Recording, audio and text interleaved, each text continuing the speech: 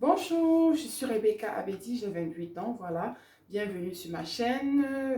Comme vous avez pu le voir sur le titre, en fait, cette vidéo, c'est pour vous parler un peu du combat que moi je mène contre l'autisme. Voilà.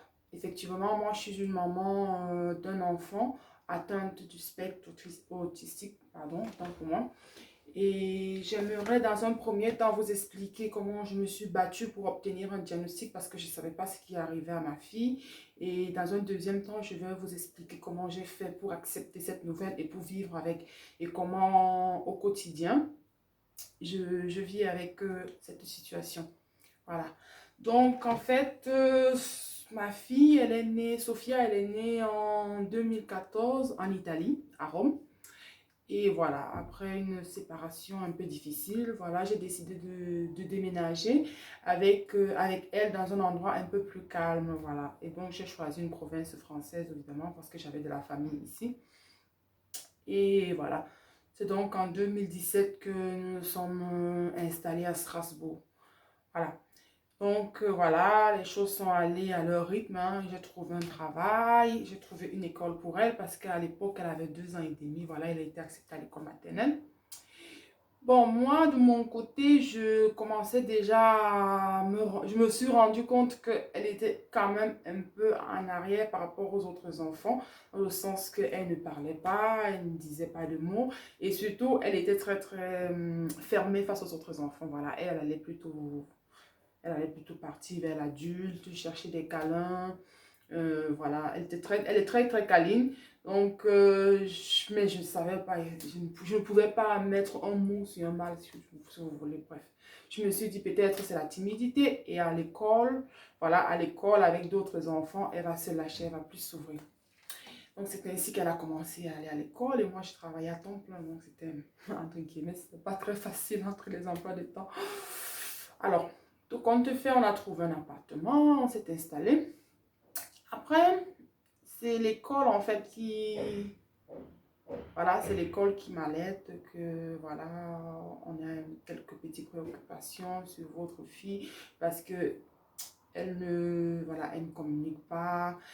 Non seulement elle ne parle pas, mais elle ne communique carrément pas avec des autres enfants. Elle ne participe à aucune activité. Et voilà, moi, j'ai demandé face à cette situation. En fait, je suis impuissante. Je ne sais pas, qu'est-ce que vous me conseillez? Donc, c'était ainsi que le directeur de l'école, là, il était encore à l'école, voilà, au centre-ville à Saint-Jean. C'est ainsi que le directeur de l'école m'oriente donc vers le CAMS, qui s'occupe, voilà, des enfants qui ont des petits problèmes de ce genre, euh, de moins de 3 ans. Donc, quand j'arrive au camp, j'étais étourdie, voilà, une série de consultations entre pédopsychiatres, et, voilà, bilan orthophoniste par là, voilà, donc beaucoup de choses se sont déclenchées. Après, pour finir, voilà, je me suis habituée et puis le camp me dit, écoutez, madame, on ne peut pas vous prendre en charge par manque de place. J'ai dit que, mais dites-moi au moins ce que la petite a. Je veux dire, si vous pouvez mettre un mot sur une maladie, je veux dire, je suis un peu. Je sais pas contre quoi je me bats, voilà quoi. Alors, elle me dit, écoutez, c'est trop tôt, moi je peux pas, je ne mets pas de diagnostic, voilà, mais par contre, tout ce que je peux vous dire, il faudrait faire un dossier MDPH. Waouh! C'est quoi un dossier MDPH? Ouais, il faudrait que vous soyez un peu plus disponible. Voilà, vous devez quitter votre travail pour pouvoir accompagner votre enfant et avoir beaucoup de spécialistes et tout, et tout, et tout. Je dis d'accord, si c'est pour m'occuper de mon enfant, bien sûr, c'est un plaisir, mais m'occuper contre quoi, je me bats. Il me dit non, écoutez, je ne peux pas vous donner de. Voilà, quand vous faites des diagnostics. Du coup, je me retrouve à la maison avec la petite, voilà, toujours avec une fois par semaine l'orthophonie et tout. J'étais tellement abattue. C'est-à-dire quand vous sentez que votre enfant, votre seul enfant, a quelque chose et que vous ne pouvez pas l'aider et vous ne savez même pas ce que c'est en fait. Je peux vous garantir, c'est très très très difficile. Donc, qu'est-ce qui se passe? Voilà, j'étais une fois chez moi comme ça et le CMP m'appelle, le CMP de Haute-Pierre. Ils me disent, voilà, on a reçu votre dossier de la part du CAMS et voilà, on peut vous proposer un rendez-vous avec le docteur Cordion, que pour moi, c'est voilà, c'est ma star en fait. Et voilà, je suis allée au rendez-vous. Le docteur Cordion, en fait, il m'a fait dire le diagnostic parce qu'entre-temps, 8 mois étaient passés et je m'étais beaucoup informée sur l'autisme. Voilà. Donc, j'avais plus ou moins une idée. Il y avait des choses que je voyais qui ressemblaient à l'autisme et des choses que je ne voyais pas. Parce que bien que Sophia ne parle pas, c'est quand même une enfant avec le temps qui est devenue quand même active. Voilà, elle trouve son compte dans certains jeux. Alors, le médecin m'a fait une batterie de demandes, de questions, on a fait un bilan psychologique, on a fait tout. Après, il me regarde, il me dit, Madame, qu'est-ce que vous attendez de moi? Je dis, juste un diagnostic. En fait, je sais qu'il y a un problème, mais je ne sais pas contre quoi je me bats en fait. J'aimerais beaucoup savoir contre quoi je me bats. Parce que c'est très difficile de se battre à l'aveugle. Donc, j'aimerais savoir voilà, de quoi souffre la petite. Alors, il me dit, Madame, selon vous, qu'est-ce que c'est? Et là, j'ai commencé à pleurer. Je me suis effondrée tout de suite. Je me suis mise à pleurer. J'étais désespérée. Il me dit, Madame, c'est pas la peine de pleurer. En fait, c'est normal parce que j'imagine que vous pleurez pour deux motifs. L'émotion, parce que vous vous sentez libéré.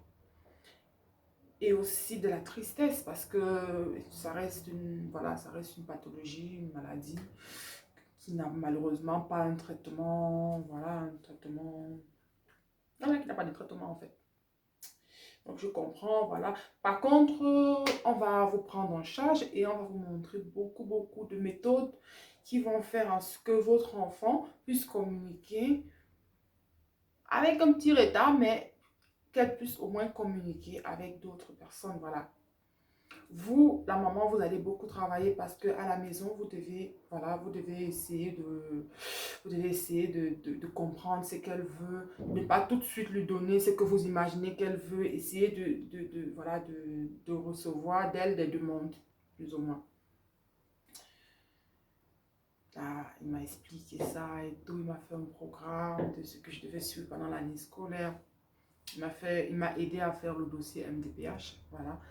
Pour, en fait, pour ceux qui connaissent la MDPH, voilà, c'est la maison des personnes handicapées. Donc ça me permet, c'était, voilà, il fallait que je demande une aide pour pouvoir m'occuper de ma fille, voilà, pour rester à la maison avec elle et l'accompagner dans ses nombreux rendez-vous, voilà. Et c'est ainsi que un autre combat a commencé. Je suis rentrée à la maison, j'avais le diagnostic, mais il fallait que j'accepte cette situation.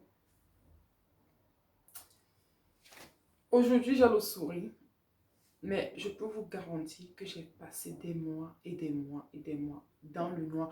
Je n'arrivais même pas à soulever les volets de la chambre. J'étais dans une profonde dépression face à cette situation.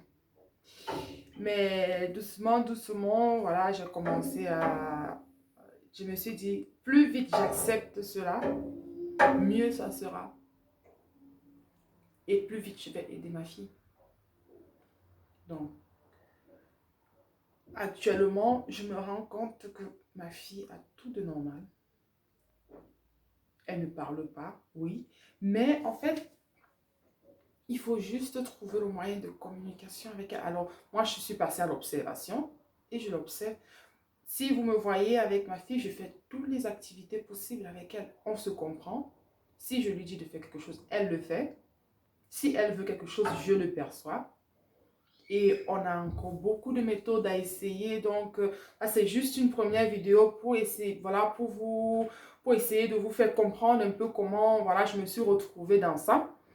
Et dans les prochaines vidéos, en fait, j'aimerais vous partager des petits moments avec elle que je passe dans la journée, comment je réussis à communiquer avec elle, les jeux qu'on peut faire, voilà, les sports que j'envisage pour elle, voilà. Donc, on va faire des petites séances, parfois des petits shopping. Et voilà, on va aussi, je vais aussi vous présenter des jeux éducatifs qu'on fait souvent ensemble pour essayer de lui faire, voilà, pour essayer de lui faire retrouver le niveau. Sinon, elle va à l'école maternelle, elle a eu son AVS. La parole, c'est pas encore ça, mais il y a beaucoup de progrès. Donc, moi, en fait, je m'adresse à tous les parents d'enfants différents qui m'écoutent. Parce qu'il y a beaucoup de parents qui se disent, voilà, l'enfant est comme ça, l'enfant est malade, ou bien en Afrique, c'est souvent très fréquent. On va te dire, oh, on a gâté l'enfant dans la sorcellerie. C'est pas ça, c'est pas de la sorcellerie, c'est juste une maladie. On ne sait pas pourquoi, on ne sait pas comment ça arrive. Il n'y a pas d'explication, les médecins font des recherches. Mais une fois que c'est là, le but n'est pas de se morfondre. Le but, en fait, c'est de se battre pour que son enfant s'intègre plus facilement dans la société. Et pour cela, il y a tellement de méthodes. Donc, j'espère que dans les prochaines vidéos, je vais pouvoir vous apporter quelque chose aussi pour, voilà, pour améliorer votre quotidien. Et moi, je vais m'adresser aux mamans qui passent la même situation que moi j'ai passée. Plus vite vous acceptez la situation, mieux votre vie sera. Mieux, votre vie, en fait, n'est pas finie. En fait, c'est la sensation qu'on a quand on reçoit ce diagnostic. C'est franchement, c'est un coup de couteau dans le cœur. On est mal, on souffre. Mais plus vite vous quittez de la dépression, plus vite vous trouvez des solutions et plus vite ça devient agréable. Moi, franchement, ma fille, elle est tellement intéressante. Mais moi, avant que je me mette à fond pour m'occuper d'elle, je ne voyais pas ça. Je voyais un enfant gris. Je voyais un enfant qui ne joue pas avec d'autres enfants. Je voyais un enfant qui n'a pas envie de parler. Elle n'est pas reçue. Voilà, je n'étais pas contente. Elle ne m'appelait pas maman. J'étais triste. Mais maintenant que je me suis investie, à m'occuper d'elle, je vois les résultats. Je vois des résultats et je me dis d'ici quelques années, on ne pourrait même pas imaginer qu'elle a passé ça. Vous voyez? Donc, il faut prendre votre courage à main et aller de l'avant. L'orthophonie, psychomotricité, voilà, sciences, le pédopsychiatre, les méthodes et surtout les formations. Moi, je fais des formations régulièrement ici que, voilà, que l'hôpital le propose. Des formations bien financées pour vous aider à améliorer votre quotidien. Voilà, on vous met à jour sur les recherches et tout. C'est très, franchement, c'est un voyage qui peut même être plaisant.